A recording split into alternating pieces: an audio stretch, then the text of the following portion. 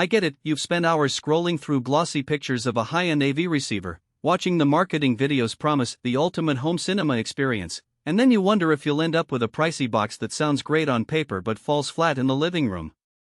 That hesitation is real, especially when you've seen friends wrestle with receivers that promise 13.2 channels and end up spending extra on extra speakers just to make the system sound balanced. Link is in the description if you want to check the product details on Amazon. The Sony STRAZ7000ES is Sony's flagship premium ES line, positioned as a bridge between a traditional AV receiver and a full-blown Dolby Atmos processor.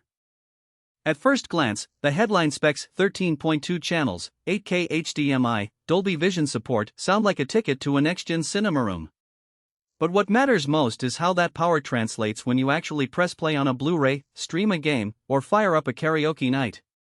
I've spent the last few weeks setting it up in a mid-size family room, connecting a 4K per 120Hz TV, a pair of floor-standing speakers, a couple of height modules, and a modest subwoofer, then running a handful of real-world use cases to see whether the hype lives up to daily life.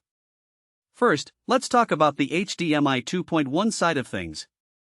The STRAZ7000ES has 7 HDMI inputs and 2 outputs, each capable of 8K at 60Hz and 4K at 120Hz.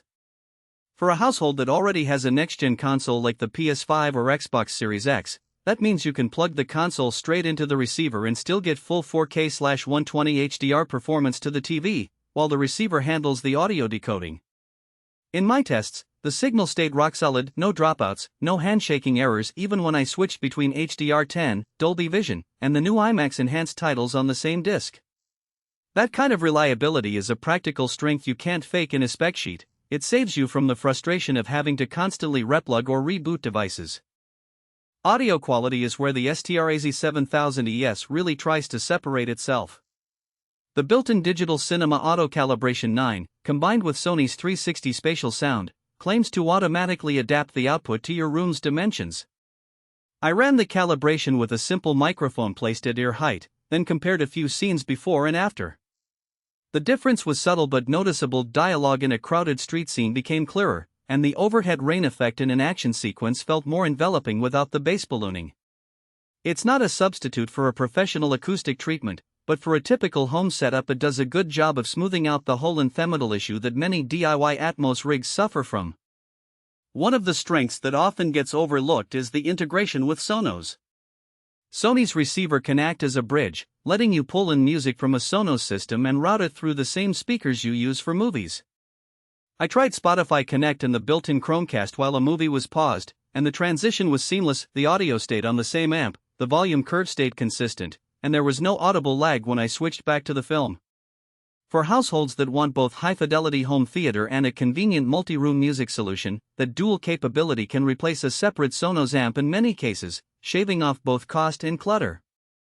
Now for the practical weaknesses. The first thing most owners will bump into is the user interface. Sony's menu is visually clean, but navigating through the various audio modes, HDMI settings, and network options can feel like stepping through a maze, especially if you're used to the more straightforward layouts of competing brands. It took me a few tries to locate the gaming preset that lowers latency, and the on-screen help doesn't always explain why a particular setting is recommended. If you're a tech-savvy enthusiast who likes to tinker, that might be a minor inconvenience. If you're looking for a set-and-forget experience, you may find yourself spending more time in the menu than you'd like. Another point to consider is power consumption. The STRAZ7000ES delivers 150W per channel into 8 at 1 kHz, which sounds impressive, but the real draw is higher when you actually run a full 13-channel setup at moderate volumes. In my house, the receiver's standby power was around 5W, and under full loaded nudged just under 250W. That isn't alarming for a single-room system, but if you're trying to keep a tight energy budget or plan to run the receiver 24/7 in a rental property, those numbers add up. Who should consider buying this unit? If you already own or plan to invest in a fairly extensive speaker layout, say, a 5.1.2 or 7.1.4 arrangement, and you have a TV that supports 8K or at least 4K per 120Hz, the STRAZ7000ES gives you a single hub that can handle every video format and audio object you'll likely encounter for the next several years. It's also a strong choice for gamers who want low latency and the ability to push high frame rate HDR without sacrificing the immersive sound field.